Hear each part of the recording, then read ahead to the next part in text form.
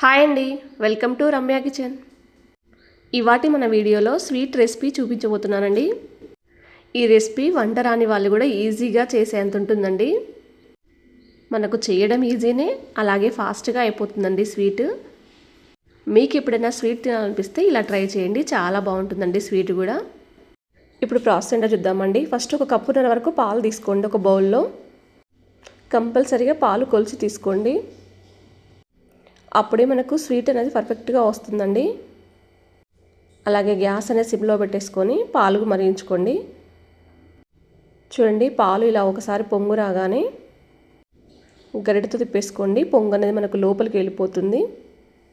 ఇప్పుడు ఏ కప్పుతో అయితే పాలు తీసుకున్నామో అదే కప్పుతోటి ఒక కప్పు వరకు పుట్నాల పప్పు అండి తీసుకొని గరిటెతో కలిపేసుకుంటూ ఉడికించుకోండి. ఒక 3 నిమిషాల పాటు ఉడికించుకోవాలండి. అలాగే ఉడికించుకునేటప్పుడు కూడా గ్యాస్ అనేది సిమ్లో పెట్టేసుకొని ఉడికించుకోండి, ఎందుకంటే పాలు మళ్ళీ పొంగుతాయండి మనకు. ఇప్పుడు గ్యాస్ అనేది పూర్తిగా ఆఫ్ చేసేయండి.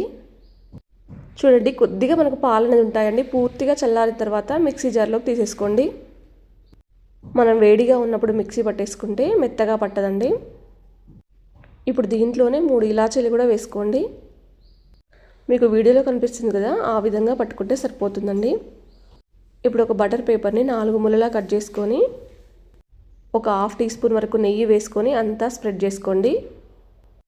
మీ దగ్గర బటర్ పేపర్ లేకపోతే ఒక స్టీల్ ప్లేటుకు ఆయిల్ కానీ నెయ్యి కానీ అప్లై చేసుకొని పెట్టేసుకోండి. ఇప్పుడు ఒక వెడల్పాటి కడాయిలో ఒక 2 టేబుల్ స్పూన్ల వరకు నెయ్యి వేసుకోండి. నెయ్యి పూర్తిగా కరిగిన తర్వాత మనం మిక్సీ పట్టేసుకున్న పేస్ట్ తీసుకొచ్చి దీంట్లో వేసేయండి. వేసుకునేటప్పుడు గ్యాస్ అనేది సిమ్లో పెట్టేసుకోండి, ఎందుకంటే మనం వేసేటప్పుడే మాడిపోతుంది. పచ్చి వాసన పోయేంత వరకు కూడా గ్యాస్ అనేది సిమ్లో పెట్టేసుకొని నెయ్యిలో మంచిగా ఫ్రై చేసుకోండి. మనం నెయ్యిలో ఫ్రై చేసుకునేటప్పుడే మంచి స్మెల్ అనేది వస్తుందండి మనకు. ఒక 2 నిమిషాలు ఫ్రై అయిన తర్వాత మనం ఏ కప్పుతో అయితే పుట్నాల పప్పు తీసుకున్నామో అదే కప్పుతోటి 1/2 కప్పు వరకు బెల్లం తీసుకోండి. బెల్లాన్ని తురిమి తీసుకోండి చిన్నగా. బెల్లం పూర్తిగా కలిసిపోవాలండి దీంట్లోకి. అలాగే కలపడం కూడా అసలు ఆపకూడదండి. ఏమాత్రం ఆపినా కూడా మనకు కింది అడుగు భాగం అనేది మాడిపోతూ ఉంటుంది. మధ్య మధ్యలో నెయ్యి వేసుకుంటూ కలుపుకోవాలండి గట్టిగా అయ్యేంతవరకు కూడా. మీకు నచ్చితే దీంట్లో ఫుడ్ కలర్ కూడా వేసుకోవచ్చండి. నాకు ఇలా గట్టిగా రావడానికి ఒక 5 నిమిషాల పాటు పట్టిందండి. మీకు వీడియోలో కనిపిస్తుంది కదా, ఆ విధంగా వచ్చిన తర్వాత గ్యాస్ అనేది పూర్తిగా ఆఫ్ చేసేయండి. అదే వేడితో బటర్ పేపర్ మీద వేసేయండి.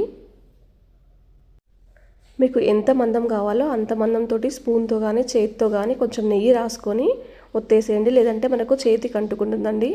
స్పూన్కి కూడా అంటుకుంటుంది నెయ్యి రాయకపోతే. ఒక గంట సేపు పక్కన పెడితే పూర్తిగా చల్లారిపోతుందండి. చల్లారిన తర్వాత వేరే ప్లేట్లోకి వేసేసుకోండి.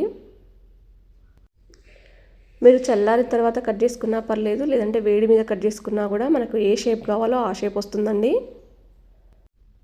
మీకు డైమండ్ షేప్ కావాలంటే కొంచెం పల్చగా చేసుకోండి. నేను ఈ షేప్లో కావాలి అనుకున్నాను కాబట్టి కొంచెం మందంగా చేసుకున్నానండి. ఇంచు మందంలో వేసుకున్నాను నేను. పైన గార్నిష్ కోసమని కొంచెం బాదం పప్పు చిన్నగా కట్ చేసి వేసానండి. మీకు ఒకటి తీసి చూపిస్తున్నాను చూడండి.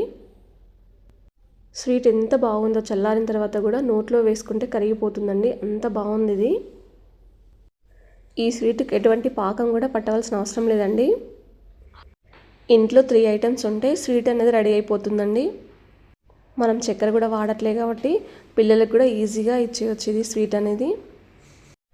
ఈ వీడియో మీకు నచ్చిందా? మీ ఫ్రెండ్స్కి రిలేషన్కి షేర్ చేయండి. ఒకవేళ మీరు ఈ స్వీట్ రెసిపీ ట్రై చేసేది ఉంటే ఎలా వచ్చిందో నాతో షేర్ చేసుకోవడం మాత్రం మర్చిపోవద్దండి.